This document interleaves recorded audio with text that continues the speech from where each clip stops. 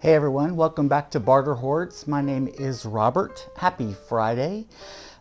Before I get started with tonight's whiskey and tonight's books, I just want to say welcome to the bunch of you. A whole mess of subscribers joined this channel this week after I made an appearance on another whiskey channel, SLB Drinks. On my recent trip, I stopped in Indiana and met Kurt and his stepson Trenton and filmed a video with Kurt while I was there on Scotch, and it aired this week, I forget, Wednesday maybe, and suddenly I woke up and had a bunch of new subscribers. So I really am glad you're all here. Let me tell you very briefly what this channel does and how it's very different from Kurt's channel, but I love what they do over there. My channel started 5 years ago, a little more than 5 years ago, I think, as a book channel. Book channels aren't huge unless you're young and popular and doing YA and things like that, or you're just one of the rock stars, which I am not. But in 2019, I decided I wanted to start an online book prize. The BookTube prize is what we call it. And so we started that in 2019. We are halfway through our 5th season. In fact, this last weekend, we moved from the 2nd round to the 3rd round. We have 4 rounds during the course of 8 months. And so that keeps me busy, and I'm active over on that channel. We don't post a lot of videos, but the maintenance of the prize and the administration of the prize takes a lot of my time these days, and a lot of the books that I read are books that are involved in the BookTube prize. And so I wanted to keep my book channel going, but I wasn't sure what I wanted to do content-wise. And then during the pandemic, I got into whiskey. I had tried bourbon a couple of times over the years. I'd always order a Maker's Mark because I knew what I was going to get, and I liked it well enough, but I didn't know anything about it. And because of all the free time during lockdown, I started watching some whiskey channels. The Whiskey Tribe, actually the Whiskey Vault was the one that I think I watched first, and then started to get into some others, SLB Drinks and the Bourbon Van and Stuff and Whiskey, and several stations or channels like that. And I decided, well, I'm going to explore my own journey through whiskeys as I got into more different types. I started with bourbon, added some rye, found out that I liked them too, added some Irish, and then started dabbling in Scotch. And now probably maybe 2/3 of the bottles that I have at home are Scotch. But I still love a good bourbon. And I did a Scotch tournament in March. Everybody was doing Bourbon Madness tournaments. I decided to do a Malt Madness tournament, and it didn't get a lot of people to notice it because nobody knew I was doing whiskey. And it started to pick up, and I'm enjoying it. Now I usually put out one video each week. I film it on Friday night and post it on Saturday at noon. And then once a month I do a live stream. I had my first one last month. And during the live stream, we talk about a classic novel. I announce what the novel is a month in advance, so people who want to read it are welcome to read it. And then I also announce what I'll be sipping, so if anybody wants to drink the same whiskey, they have time to get it or find it in their cabinet, whatever. But none of that's required. If you haven't read the book, don't have the whiskey, or don't even drink whiskey, I still encourage people to come to the live stream just to chat. So that's what this channel is about. I'm probably going to rename it in the future. It's been called Barter Hordes since the start, which is just an anagram of my real name, Robert Sheard. But now I'm probably going to call it Pages and Pours, which has to do with my 2 big passions, books and whiskey. So tonight I am sipping a bourbon that I have not had until very recently, but occasionally people will ask me when they know I talk about whiskey online what bourbon they should start with. And it's such a loaded question because there's so many different ways you can go. One of the things that I usually recommend is Buffalo Trace. And a lot of people hate on Buffalo Trace, and it's easy to hate on Buffalo Trace because it's so frustrating sometimes trying to find it. But Buffalo Trace is relatively low proof. It's a 90 proof whiskey, so it's not overly aggressive. It's very, as Kurt would say, it's quintessential bourbon. And it is a little hard to find. Buffalo Trace has just recently expanded their distillery to double their capacity in the coming couple of years because everything they produce is in such demand that you just can't find it. Buffalo Trace is one of the few of their products that you can find in a lot of places. Not in every place. I very rarely see it here in North Carolina, but I've seen it in all of my travels. I've seen it in Chicago, I saw it in Indiana, I saw it in Nashville.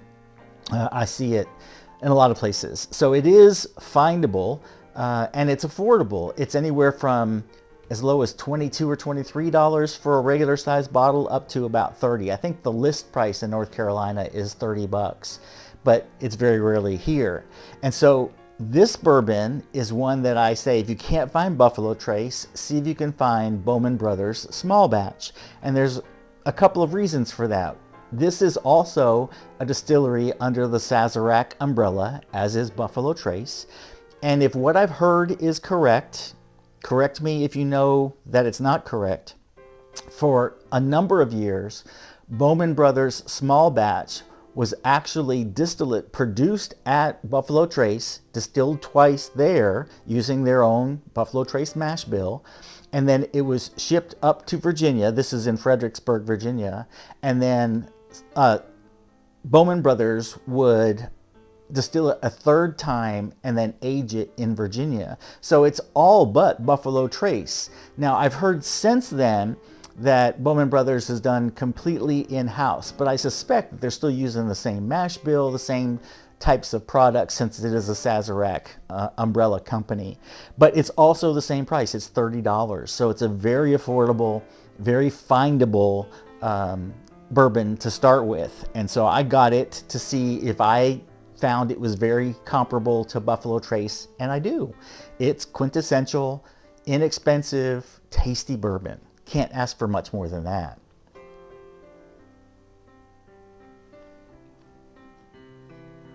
And I just had some Buffalo Trace this week, in fact, and it does taste a lot like Buffalo Trace.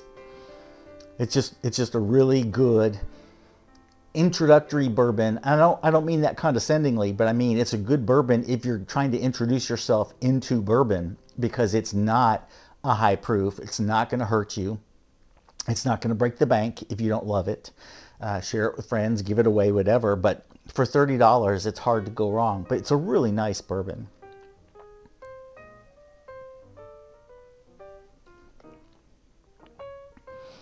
I'm drinking tonight out of my aged in ore neat glasses.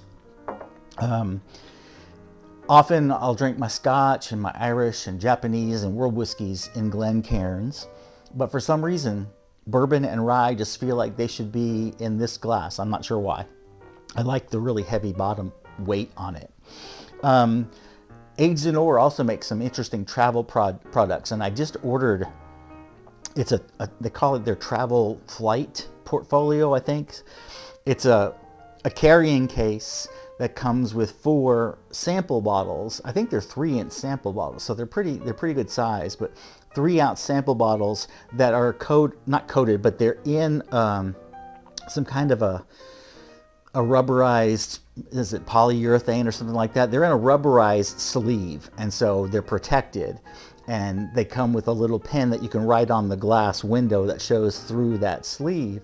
And you can carry, 12 ounces of whiskey with you in that. But I had the idea, kind of like somebody mentioned this the other night. We were joking around in one of the live streams. It's kind of like the sisterhood of the traveling pants, but this would be like the brotherhood or the sisterhood of the traveling drams, that if a handful of us, 6 to 10 people, all got one of those kits from Aged in Ore, we could just randomly pair up each month and send somebody some samples and experience some whiskeys that we didn't have, and then eventually everybody would get their Aged in Ore kit back again.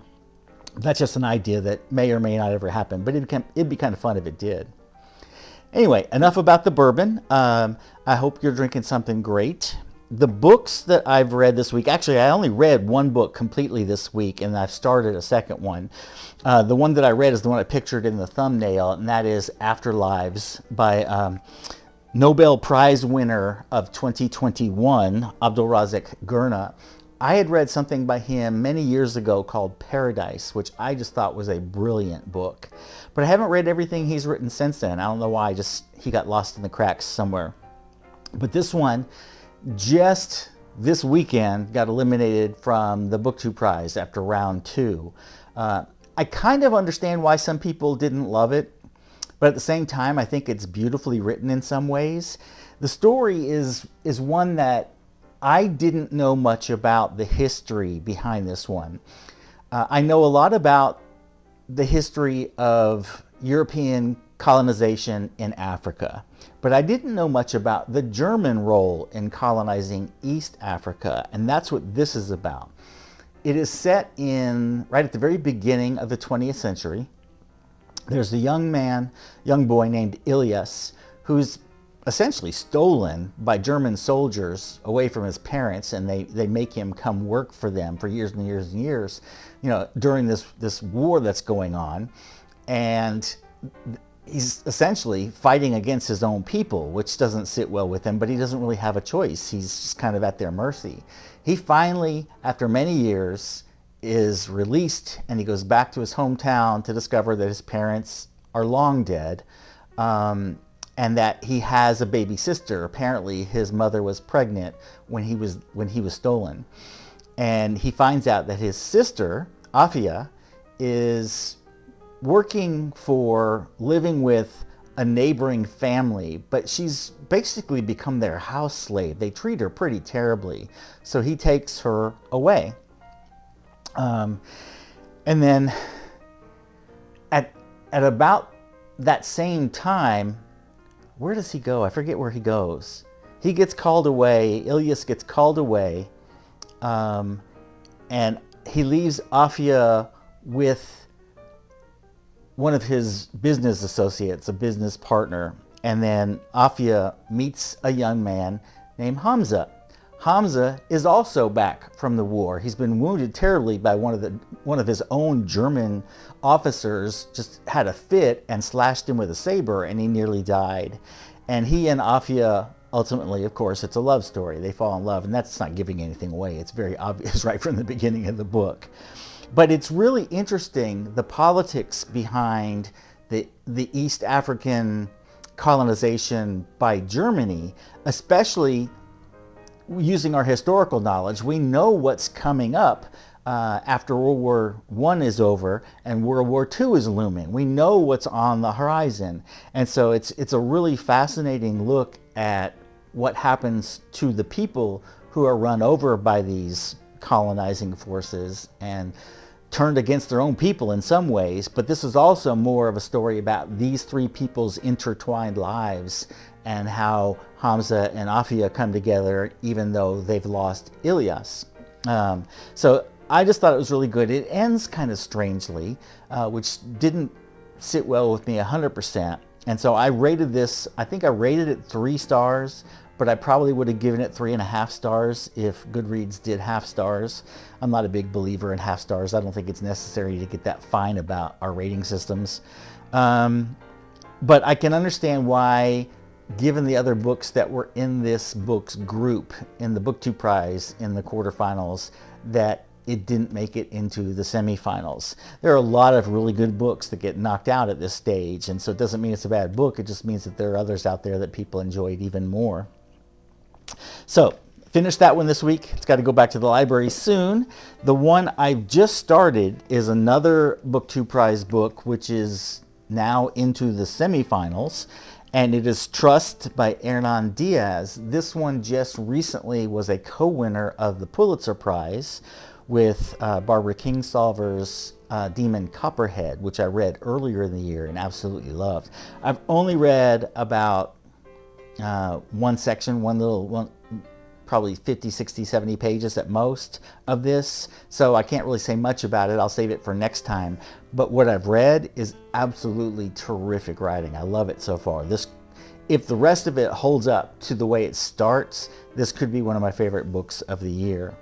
And I'm always a little skeptical of the Pulitzer Prize, because no one really knows who's picking them, how they're being picked, how much politics is involved. They just kind of announce what the winner is, and then they announce the finalists at the same time they announce the winner. You don't even know who's in the running until they announce the winner. It's kind of an odd prize, but it's a prestigious prize. And this year, I think they might have actually nailed it. It's rare to have a tie like that, but to have two such quality books win the Pulitzer Prize, the committee this year did a great job, I think. So I'm looking forward to reading that one as well coming up. It's set in the 1920s in New York City. It looks like it's 4 different sections about 4 different people. I'm sure their lives intertwine somehow. The first one is about a young man who's kind of antisocial, the exact opposite from his father. His father has built a massive tobacco distribution business, very wealthy. The son inherits it all when his parents die and changes the direction of the business, but decides that he's really good at this business stuff and makes an absolute fortune. And so it's interesting to see where it's going to go, but I like the writing style. I'm doing this one where I read both the physical text and I have the audio book, and the guy, I'm not even sure who reads it, but the guy who's reading the audio book is just perfect for this. So anyway, that's what I'm reading. Football season is now officially over for Newcastle United anyway. There's a big game tomorrow. The FA Cup final is tomorrow, but my team is not involved, so I don't have any stress on the line. But Newcastle United finished the year in 4th place, which is what they needed to do to make it into next year's Champions League. So that's a huge financial boon for the club. A huge step up in competition. So instead of 3 competitions next year, they'll be playing in 4, and the 4th one is the steepest of the competitors that they'll be facing. So it's going to be an interesting step up in class next year for us. This summer is going to be really important in terms of what players we can bring in now that we can afford to bring in more players. Newcastle United has the richest owners in the world. They're owned by the Saudi Arabian Public Investment Fund, which has more money than the world. But the Premier League has changed their rules because being a newcomer to the rich boys table, the Premier League wasn't really happy about it. So they changed the rules and instituted this financial fair play thing where you're limited in what you can spend. Even if you have the money, you can't spend it all. It's based on what your team earns, just income throughout a couple of seasons. And for the last several seasons, Newcastle's had no income at all. They had an owner who didn't care, stripped the assets from the club, and made no money. And so we are financially limited in what we can spend, even though the owners have the money. If they wanted to go splash out the cash, they could, and no one would blink an eye. But the rules changed. So now we have to play a different game. But it's exciting to see who's going to come in.